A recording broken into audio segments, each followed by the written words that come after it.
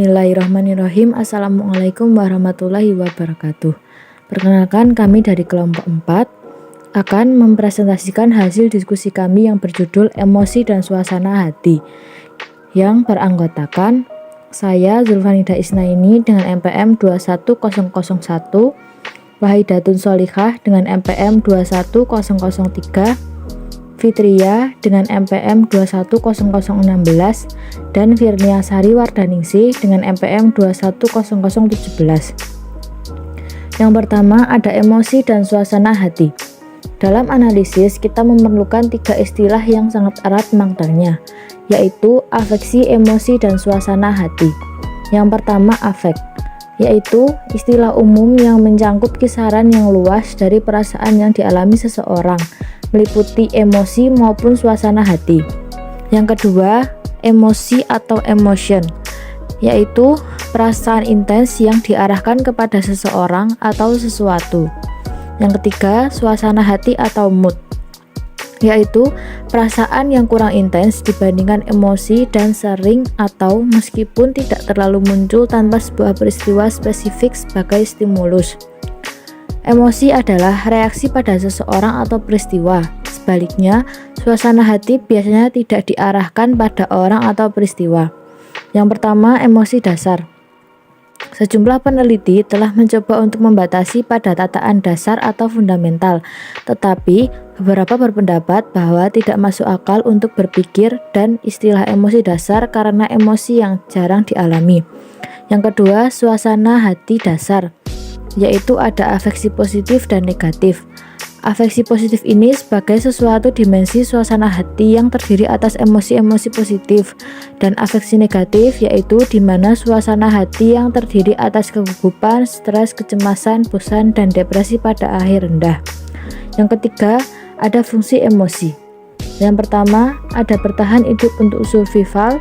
Yang kedua, emosi sebagai pembangkit energi, dan yang ketiga, emosi sebagai pembawa pesan.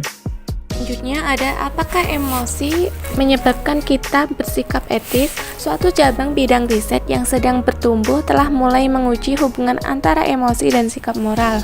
Sebelumnya diyakini bahwa seperti halnya pengambilan keputusan secara umum, kebanyakan pengambilan keputusan etis didasarkan pada proses kognitif urutan yang lebih tinggi.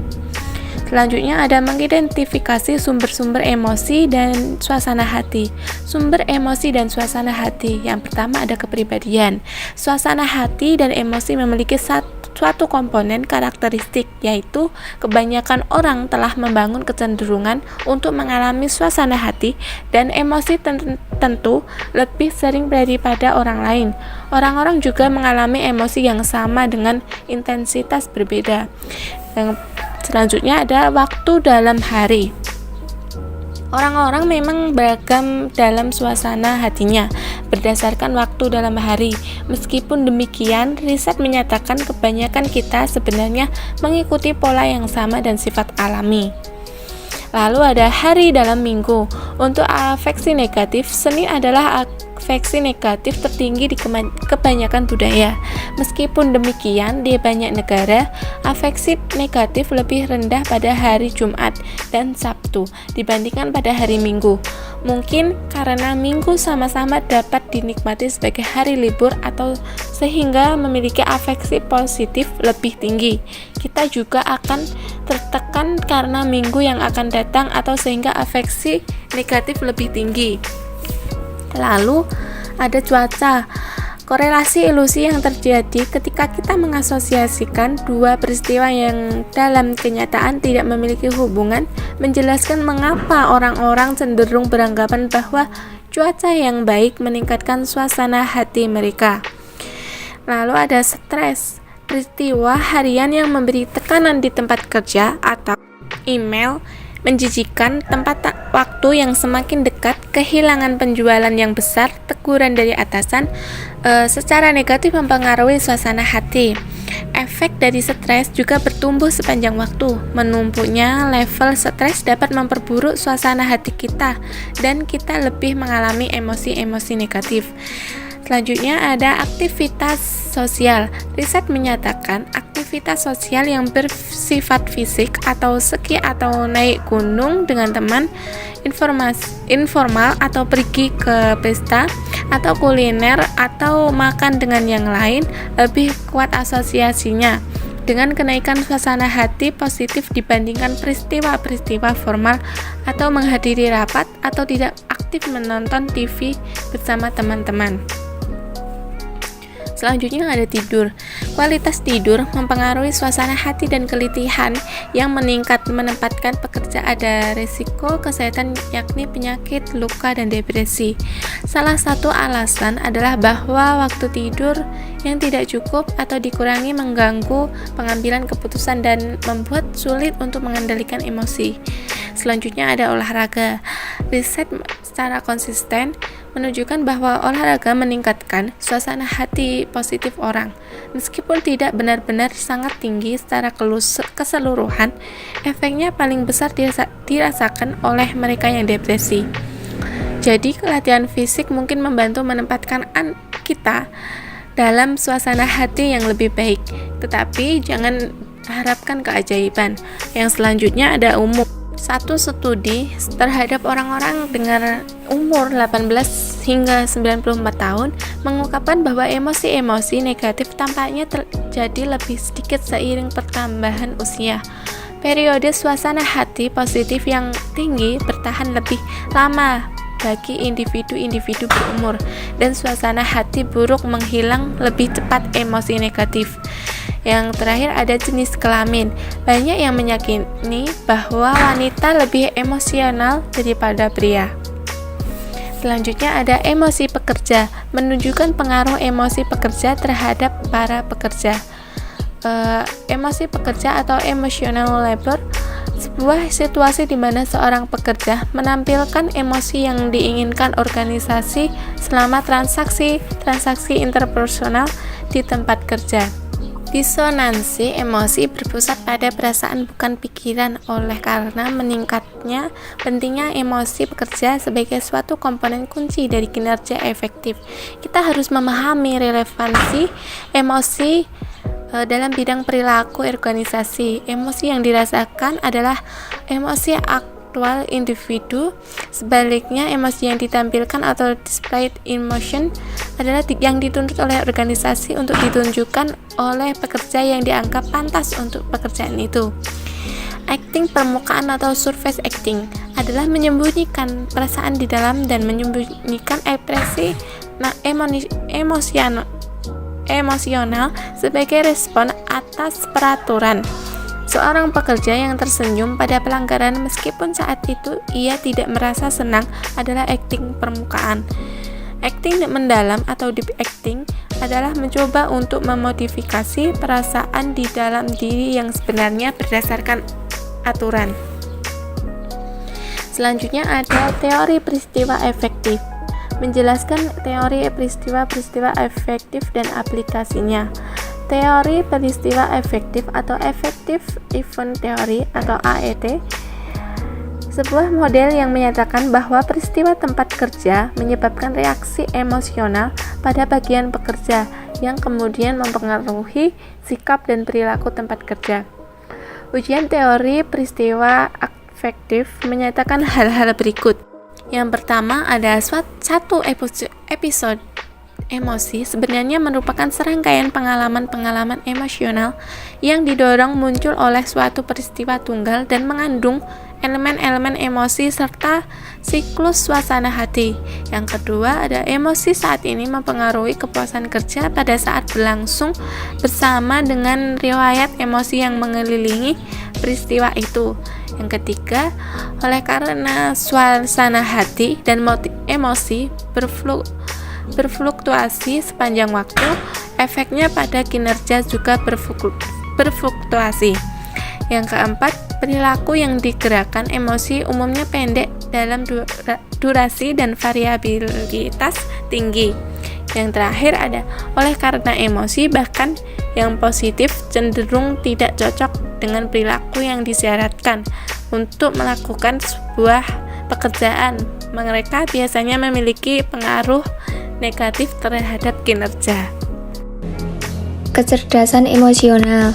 Kecerdasan emosional atau emotional intelligence adalah kemampuan seseorang untuk menilai emosi dalam diri dan orang lain, memahami makna emosi-emosi ini, dan mengatur emosi seseorang secara teratur dalam sebuah model alur. Kecerdasan emosional telah menjadi sebuah konsep yang kontroversial dalam perilaku organisasi, dengan pendukung dan penentang. Kasus kecerdasan emosional. Yang pertama, daya tarik intuitif, menyatakan orang yang dapat mendeteksi emosi orang lain, mengendalikan emosinya sendiri, dan mengendalikan interaksi sosial dengan baik, memiliki posisi yang kuat dalam dunia bisnis. Yang kedua, kecerdasan emosional memprediksi kriteria yang berarti. Bukti menyatakan level tinggi kecerdasan emosional berarti seseorang akan berkinerja baik dalam pekerjaan. Misalnya, sebuah studi menemukan kecerdasan emosional memprediksi kinerja pekerja di pabrik rokok di Cina. Yang ketiga, kecerdasan emosional berdasarkan biologi. Studi ini menyatakan kecerdasan emosional berdasarkan neurologi dengan cara yang tidak berhubungan dengan ukuran standar kecerdasan. Ada juga bukti bahwa kecerdasan emosional dipengaruhi genetik, yang selanjutnya mendukung pendapat bahwa kecerdasan emosional mengukur sebuah faktor biologis mendasar yang nyata. Kasus yang bertentangan dengan kecerdasan emosional. Yang pertama, para peneliti kecerdasan emosional tidak sepakat tentang definisi. Para peneliti lain telah memandang kecerdasan emosional sebagai ragam ide yang luas, yang kita dapat ukur dengan melaporkan sendiri dan yang dihubungkan secara utama oleh fakta yang tidak satu pun dari mereka sama dengan kecerdasan kognitif. Bukan hanya dua definisi ini berbeda, tetapi ukuran yang digunakan masing-masing perspektif pun hampir tidak berkorelasi satu sama lain. Yang kedua, kecerdasan emosional tidak dapat diukur. Hal ini dikarenakan mereka berpendapat bahwa kecerdasan emosional adalah sebuah bentuk intelijensia. Harus ada jawaban benar dan salah untuknya dalam tes. Beberapa tes memang memiliki jawaban benar dan salah, meskipun validitas dari beberapa pertanyaan diragukan. Yang ketiga, kecerdasan emosional tidak lebih dari sekedar kepribadian dengan label berbeda. Para peneliti telah menyelesaikan isu ini dengan mencatat bahwa kecerdasan emosional adalah sebuah konsep yang sebagian ditentukan oleh ciri-ciri seperti kecerdasan kognitif, kehati-hatian, dan penalaran, sehingga masuk akal bahwa kecerdasan emosional berkorelasi dengan karakteristik. Pengaturan emosi. Pengaturan emosi atau emotion regulation yang merupakan bagian dari literatur kecerdasan emosional, tetapi saat ini semakin dipelajari sebagai sebuah konsep terpisah. Pendapat utama di balik pengaturan emosi adalah untuk mengidentifikasi dan memodifikasi emosi yang Anda rasakan, mengungkapkannya kepada orang yang dinilai mudah tersinggung, jarang memperbaiki keadaan, dan bisa menyebabkan meningkatnya emosi-emosi negatif. Merasa seperti yang mungkin Anda duga, tidak semua orang sama baiknya dalam mengatur emosinya. Aplikasi perilaku organisasi terhadap emosi dan suasana hati. Yang pertama ada motivasi. Suasana hati positif, berekspektasi tinggi, mampu memecahkan teka-teki, bekerja lebih keras, dan memang memecahkan lebih banyak teka-teki. Memberikan orang umpan balik, kinerja baik nyata maupun palsu, mampu mempengaruhi suasana hati mereka dan mempengaruhi motivasi.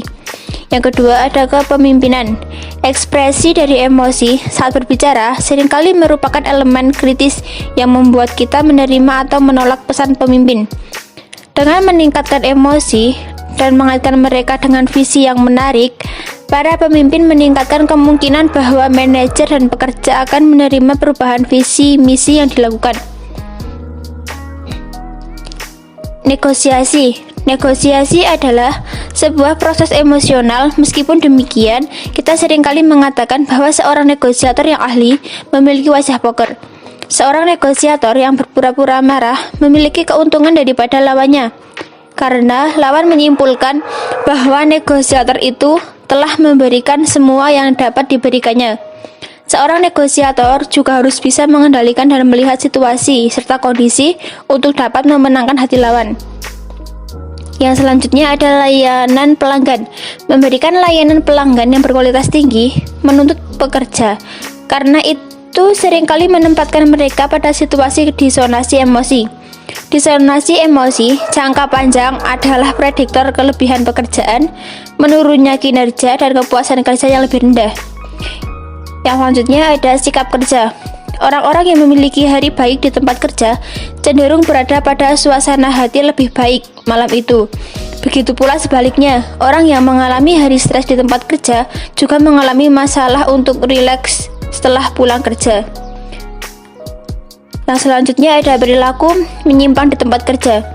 Orang-orang yang marah mencari orang lain yang dapat disalahkan atas suasana hati mereka, menginterpretasikan suasana perilaku orang lain, serta memiliki masalah dalam mempertimbangkan sudut pandang orang lain. Yang selanjutnya ada keselamatan dan cedera di tempat kerja. Suasana hati yang buruk dapat berkontribusi pada kejadian cedera di tempat kerja dengan beberapa cara. Individu dalam suasana hati buruk cenderung lebih cemas yang dapat membuat mereka kurang dapat menyesuaikan diri dengan potensi. Aplikasi perilaku organisasi terhadap emosi dan suasana hati. Yang pertama ada seleksi. Salah satu implikasi dari bukti uji kecerdasan emosional sampai saat ini adalah bahwa pemberi kerja seharusnya mempertimbangkannya sebagai sebuah faktor dalam merekrut pekerja, khususnya untuk pekerjaan yang menuntut tingkat interaksi sosial yang tinggi. Yang kedua, pengambilan keputusan. Untuk membantu mengambil keputusan dengan cepat, emosi positif juga meningkatkan keahlian memecahkan masalah, sehingga orang-orang positif menemukan solusi-solusi masalah yang lebih baik. Yang ketiga ada kreativitas. Orang-orang dalam suasana hati baik cenderung lebih kreatif daripada orang dalam suasana hati buruk. Mereka menghasilkan banyak ide dan pilihan, dan yang lain berpikir ide mereka orisinil.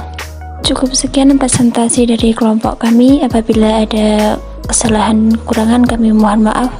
Kami akhiri. Wassalamualaikum warahmatullahi wabarakatuh.